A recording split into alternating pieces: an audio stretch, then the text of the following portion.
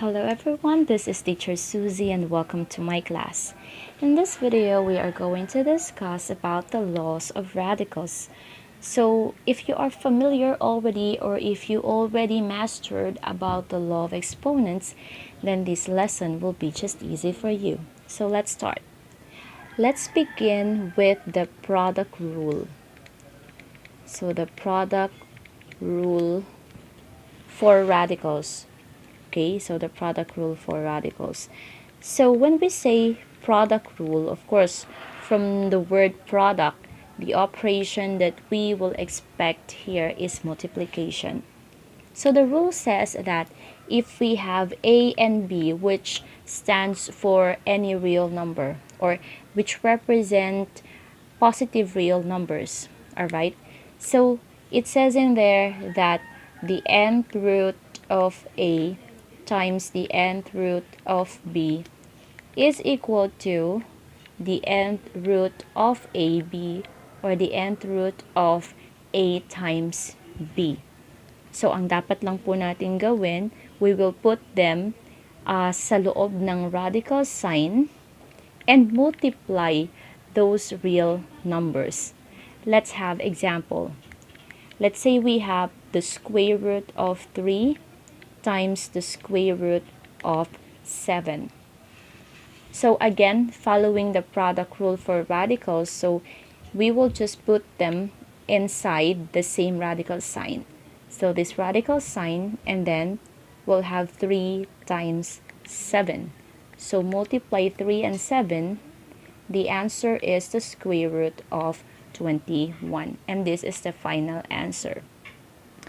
But remember, guys, that if the final answer can still be simplified, of course, we need to simplify our answers. Another, let's have number 2. If we have the square root of 2 times the square root of 5, following the product rule for radicals, pwede natin siyang isulat as the square root of 2 times 5. And that will give us the square root of 2 times 5, which is 10. Okay, so as I said a while ago, if the answer is still needs to be simplified, so we should simplify our answer.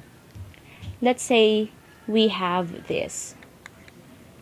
The square root of 2x times the square root of 3x. Alright, so following the product rule, so that can be written as the square root of 2x times 3x. And that will give us the square root of, multiply natin yung mga coefficients ng x, so 2 times 3, that will give us 6. And then x times x, that is x squared. So remember, if a variable is inside a radical sign, so what we need to do is we will just divide the exponent of that variable sa ating index. So since we have here square root, our index is 2. So i-divide natin yung exponent ng x squared sa 2, that will give us x. And pwede na siyang lumabas ng radical sign. So we can actually write this as, pwede natin silang paghiwalayin, the square root of x times the square root of x squared, like this. So ang square root of x squared, that is equal to x. Okay, because as I said a while ago, di-divide natin yung exponent ng x sa index natin na 2. Because, kung naalala natin yung previous lesson natin, this can be written as x raised to, itong exponent niya sa loob will be the numerator of the exponent. And then yung index natin will be the denominator of the exponent. And 2 over 2 is equal to 1. So this is equal to x raised to 1 or simply x. So nasa labas na siya ng radical sign. So the final answer here is the simplified form of the square root of x squared, which is x. And then ito, hindi na siya masisimplify. So we will just copy that. So x square root of 6 is the final answer. Okay? So, let's have another one. Let us simplify this one. So, paano nga ba mag-simplify? Let's say we have the square root of 8. So, how are we going to simplify it? So, for us to simplify this, we have to think of its factors. Kailangan natin siyang i-factors where one of the factors is a perfect square. So, ano-ano ba ang factors ng 8 kung saan ang isa sa mga factors ay perfect square? So, if we think of that, maiisip natin or we can have 4 times 2. 4 times 2 is 8. 4 is a perfect square. Okay? At si 2, wala na tayong makukuhang any factors ng 2 kung saan ang isa sa mga factors ay perfect square. So, let us simplify it now. Pwede natin itong isulat as square root of 4 times the square root of 2. The square root of 4 is 2. So, this will become 2. But this one, just the same. So, the answer will be 2 square root of 2. And this is our final answer. So, this is how we simplify radicals. Another example, if we have, let's say, the cube root of 81. So, cube root of 81, ang index natin ay 3. So, let us think of the factors of 81 kung saan ang isa sa mga factors niya ay perfect cube since this is cube root. So, I would like to remind na maging mindful tayo sa ating indexes. Okay? So, if we'll think of the factors of 81 where one of them is a perfect cube, we will have 27 times 3. So, again, 81 might have or has a lot of factors, but ang kukunin lang natin ay yung mga factors na ang isa sa kanila ay perfect cube. And 27 is a perfect cube. Alright? So, simplify. The cube root of 27 is 3. Because we know that 3 cube is equal to 27. Alright? And then, 3, hindi na natin siya masisimplify. So, maiiwan lang siya sa loob ng radical sign. So, the final answer will be 3 cube root of 3. So, as I used to say sa mga classes ko, ang term nga na sinasabi ko, so since this is a perfect square, so makakalabas na siya, makakalaya na siya doon sa loob na radical sign. So, seems like the radical sign is like a kulungan. So, that's just how I teach this during face-to-face. So, the final answer is 3 cube root of 3. What about if we have the square root of 63 x to the 9th power y raised to 4? Alright, so how are we going to simplify this? So this is a square root. So for 63, let's think of its factors where one of them is a perfect square. So we can think of 9 times 7. 9 is a perfect square. And then, let's just copy x raised to 9 and y raised to 4. So we're gonna have here, so pwede nang lumabas ang 9 because the square root of 9 is 3, lalabas na siya sa radical sign. Okay? So, ang 7 may iwan. Ano pa ang pwedeng lumabas? For our radical, since the exponent is greater than the index, it means to say na meron tayong pwedeng lumabas na, na variables. So, x raised to 9, the exponent is 9. So, let us divide 9 by 2, the index. So, 9 divided by 2 is 4. So, lalabas na yung x raised to 4. Okay, so the answer after natin siya i-divide, ilalabas na natin siya.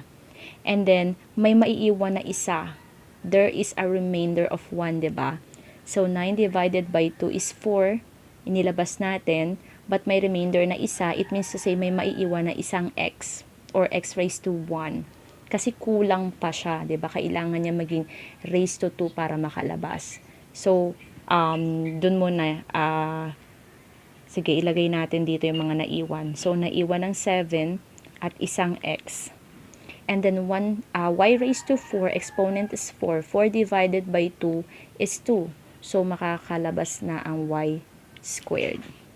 So, this is the simplified form of square root of 63x to the 9th y raised to 4. Alright? So, what about the quotient rule for radicals? So, let's talk about the quotient rule for radicals. So, binura natin because we need space. So, quotient rule for radicals. So, the same condition, let's say we have a and b which stand for any real number, alright? And any integer n greater than 1. So, if we have the nth root of a divided by or over all over the nth root of b, so this can be written as the nth root of a divided by b, or vice versa. Pag ito naman yung given, the nth root of a over b, we can write that as the nth root of a divided by the nth root of b. So that is the quotient rule for radicals. So how are we going to apply this in solving radicals? Let's have an example. If we have the square root of 8 divided by the square root of 2. So the operation here is division. So we can write this following the quotient rule. Pwede natin siyang isulat as the square root of 8 divided by 2. So let's first divide the radicand, or yung mga given na nasa loob ng radical sign. So we will have here the square root of 8 divided by 2, which is 4. And now let us simplify the radical. The square root of 4 is 2. So this is our answer, 2. Alright, let's have another one. If we have the cube root of x raised to 10 divided by the cube root of x raised to 7.